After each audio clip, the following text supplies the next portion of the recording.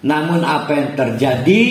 Fakadzabuhu, mereka semua umat Nabi Nuh itu berkeputusan mendustakan dakwah Nabi Nuh. Kalau saya megang spidol lalu saya sembunyikan di belakang, Pak Jamal nanya, Kang, mana spidol tadi? Enggak ada. Maka saya disebut berdusta.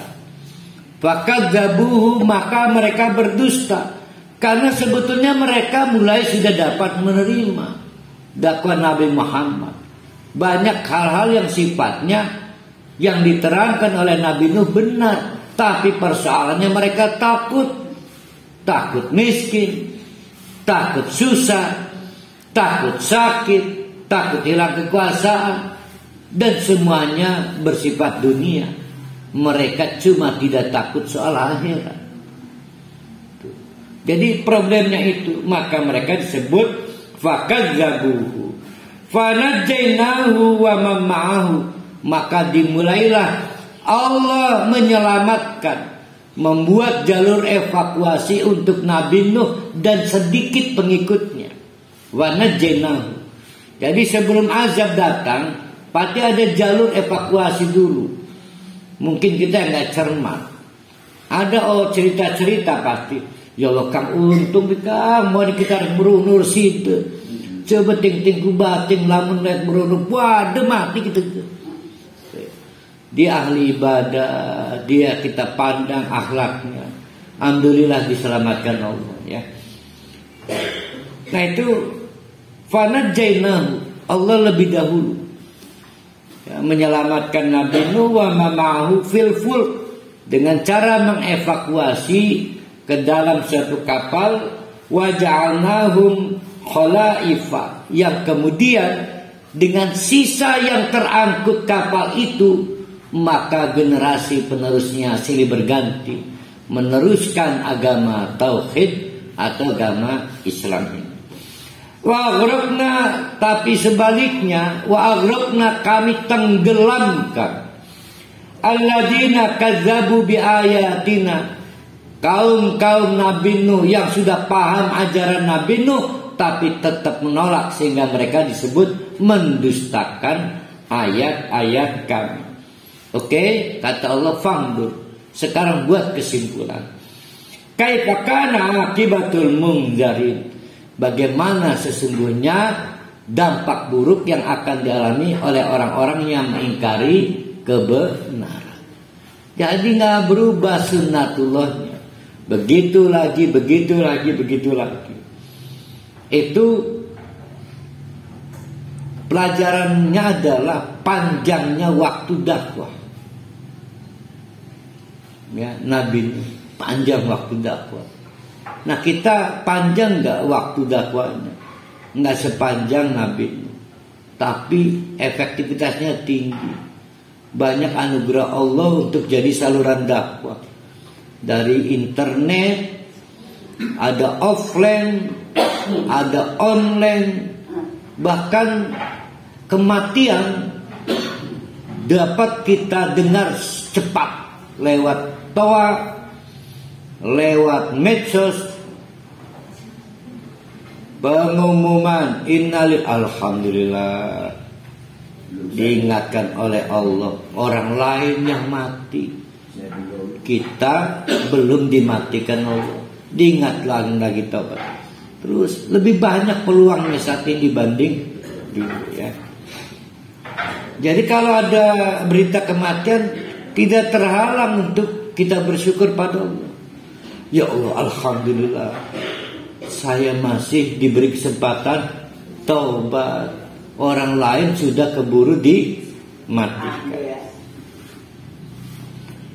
Sekarang kita masuk.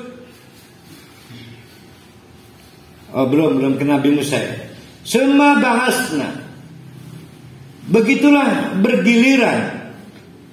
Setelah Nabi Nuh, maka ada Nabi Hud, lalu Nabi Saleh, lalu Nabi Shu'aib, lalu Nabi Yakub, dan seterusnya.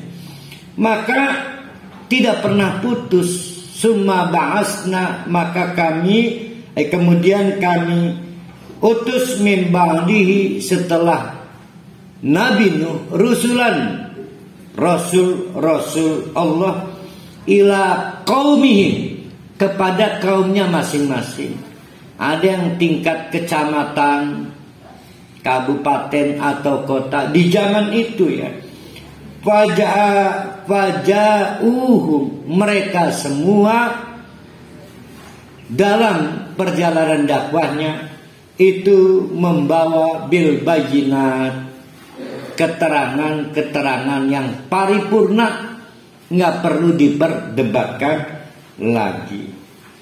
Famakanu liyuminu bima kadzabu bihi min qabl, sama saja mereka juga didustakan, mereka dikebiri, mereka diintimidasi, mereka ditolak oleh umat-umatnya. Jadi sama saja.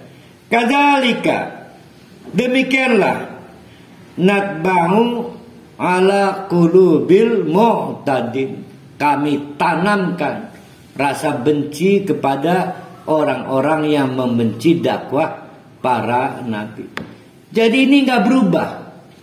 Sampai kapan? Sampai sekarang, sampai nanti.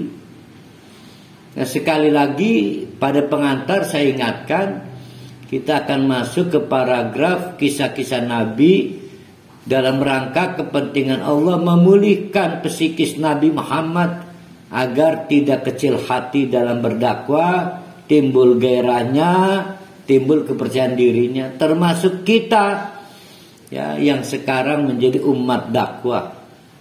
Masing-masing berdakwah di keluarganya, di lingkungannya, jangan kecil hati. Ini biasa gitu ya. Dan sering dialami dan sudah menjadi status sudah menjadi sunnatullah.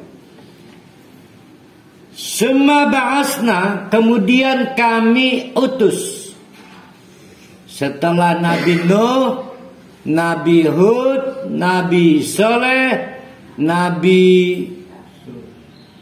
Su'aib, Nabi Yakub, maka kami utus min ba'dim, dari mereka itu semua. Siapa? 2 sekaligus Nabi. Ini pertama kali nih. Yang lain satu kawasan, satu Nabi.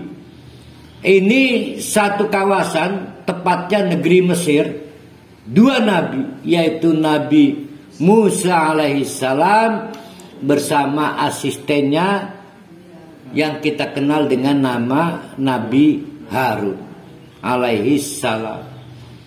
Jadi memang diceritakan ketika Nabi Musa memulai dakwah untuk semacam menghadap Fir'aun. Fir'aun ini nama gelar raja atau presidennya, untuk menjelaskan misi dakwahnya. Nabi Musa merasa cara berkomunikasinya